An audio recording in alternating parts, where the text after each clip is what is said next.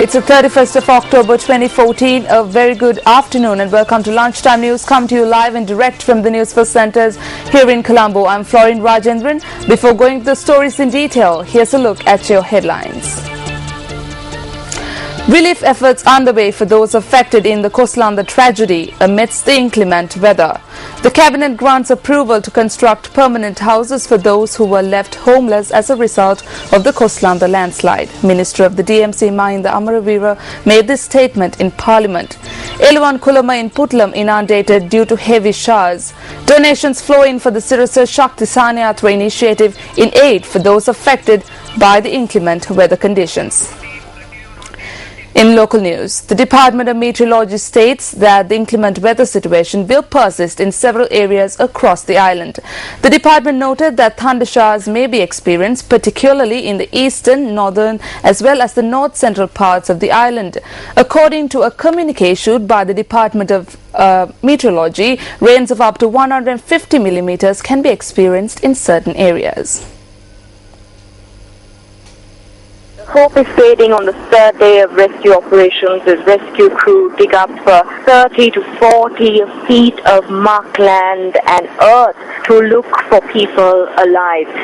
Well, as per the rescue operations, we saw in media that the Lanka that waterways have formed on either side of the landslide, which could hamper relief efforts as we advance into the latter part of the day, and authorities believe if the weather conditions are favorable, the rescue operations will be carried out uninterrupted. As for the weather conditions here, sunny weather conditions could be seen here and promising skies, but there's a high likelihood of rain pouring out later on in the day, but we hope that rescue operations will be carried out uninterrupted later on in the day. And today on day 3, we also hope that search operations will get underway.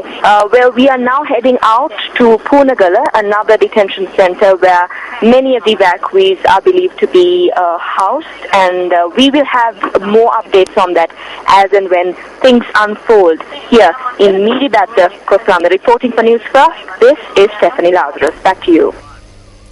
Well, that was Stephanie Lazarus reporting from Lanka. Now, the sluice gates of the Kotmale, Kazalre and Vimalasundara reservoirs in the Nuwara district have been opened. Thereby, 2 out of the 3 sluice gates out of the Upper Kotmale reservoir, which were open since last night, have been closed. Meanwhile, sluice gates of the Kazalre and Vimalasundara reservoirs remain open due to the increasing water levels. Several villages in the Halugre area have been inundated owing to the inclement weather condition. Our correspondent noted that farmlands and roads have been inundated, and as a result, area residents are facing great difficulties. Furthermore, areas of Ahaliyagoda, Pahingoda, Kalawitya, Bopatha, Minnana and Walawila have also been inundated. According to the DMC, more than 1,000 individuals in the Kandy district have been affected by the inclement weather condition. 102 individuals belonging to 25 families in the Kaluwana North and South, which falls under the purview of the Puja Pita Divisional Secretariat, have sought refuge in the Mullegama Vidyalaya. The Puja Pita Divisional Secretariat, Manjula Madhapola, noted that they have provided relief to the affected. Meanwhile, a landslide occurred in the Hanguranketa, Adhikarigama and Mudunavita areas. Vehicular movement in the area have thus been hampered. Our correspondent noted that clean-up operations have already commenced. Meanwhile, 80 families have been displaced due to the threat of landslides in the Murugulavatta area in Unapola Vatuyaya, which falls under the purview of the Halala Divisional Secretariat. Area residents noted that landslides have occurred on 2 previous occasions. Meanwhile, a correspondent noted that around 20 houses which have been constructed in the Uduravatta area in Halala have been identified in a landslide-prone area.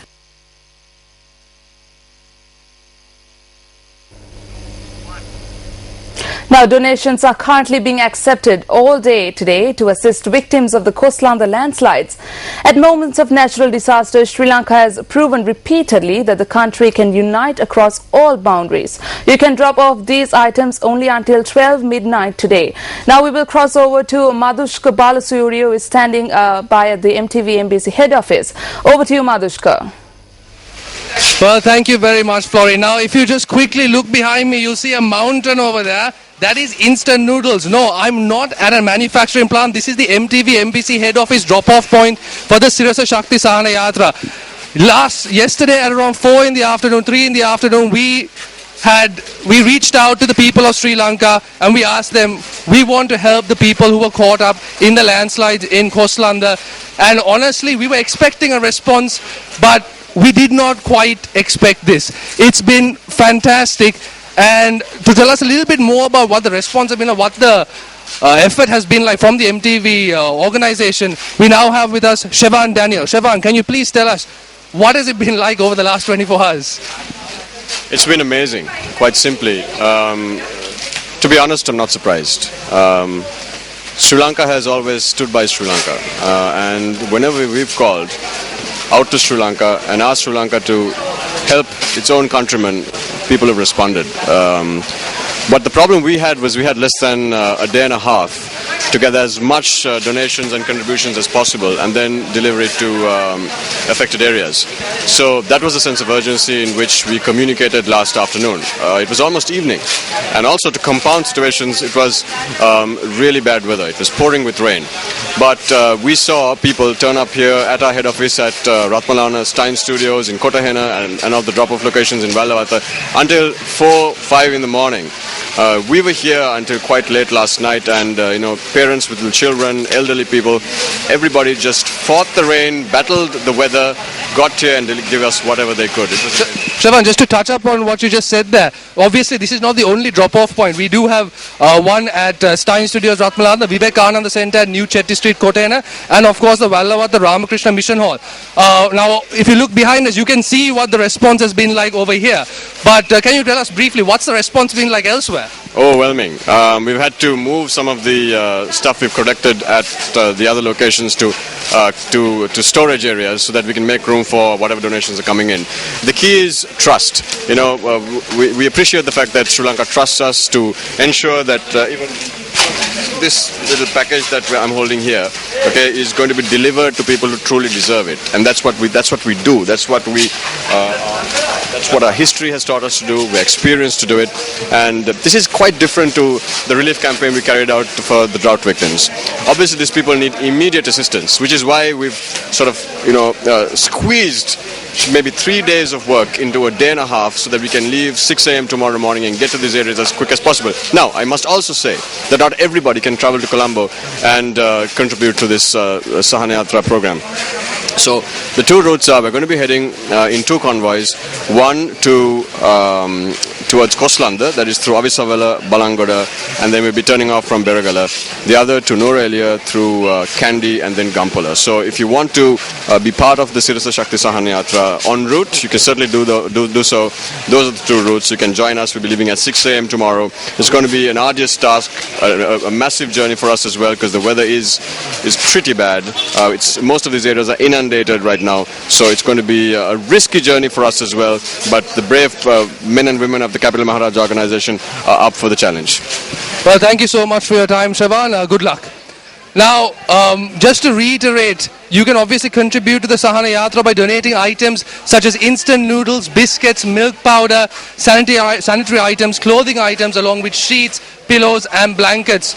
And of course, you can drop off these items. The deadline is midnight tonight, which is for these drop-off points in and around the Colombo area.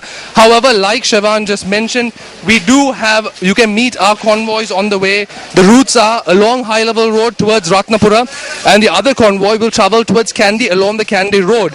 Now, if you're a listener who is living closer to Kandy, you can meet our convoy at the Kandy city centre. Now, just behind me, you can see there is not a single idle hand at work here. Everyone is doing their best. They're packing these, and by hook or by crook, this will be packed and ready. This will be packed and ready to be taken to everyone who needs it. But for now, I'm Madhushka Balasura reporting from the MTV MBC head office at the Sirasa Shakti Sahana Yatra. Back to you, Florine. Well, thank you very much, Madhushka, for that update. Donations will also be collected en route as our convoy departs tomorrow morning at 6 a.m. from the MTV Embassy head office in Colombo too. One convoy would travel along the high-level road towards Ratnapura and the other convoy would travel towards Kandy along the Kandy road. Viewers close to Kandy can meet our convoy at the Kandy city centre.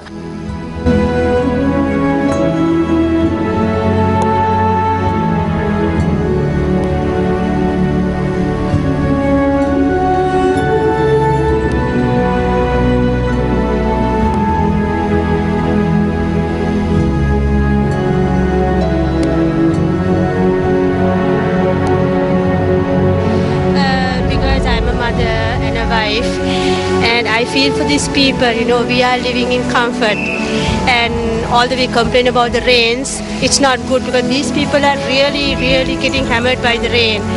So I think we should help these people when we can, and it is our duty to give these little children what they need and to provide them basic comforts in life, especially as a woman.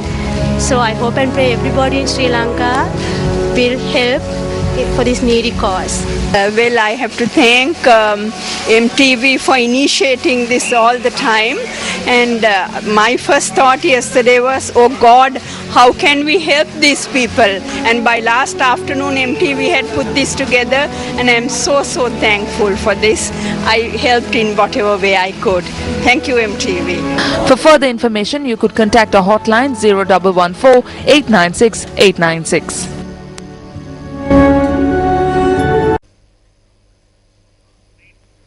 Welcome back to the news. Minister of Disaster Management Mahinda Amaravira says the cabinet has decided to provide permanent housing to those who lost their dwellings in the Koslanda landslide. Minister Mahinda Amaravira made this remark in Parliament this morning. He added that the decision to provide permanent housing for the affected was taken following a cabinet meeting chaired by the President. Minister Mahinda Amaravira also stated that 452 army soldiers and 52 airmen have been utilized in rescue operations. He urged the public not to be passive observers of the scene of the disaster. The minister further said the exact number of dead and missing had not been finalized. Before we wrap up, we would like to remind all our viewers to lend a helping hand for our brothers and sisters who have been affected by the Koslanda landslide by providing relief to our Sirsa Shakti Sanayatra. You can call us on our hotline 0114 896 896. For the Newsfirst team, I'm Florine Rajendran, wishing you a good day and take care. Hotline 0114 896 896. www.newsfirst.lk. Feedback at newsfirst.lk.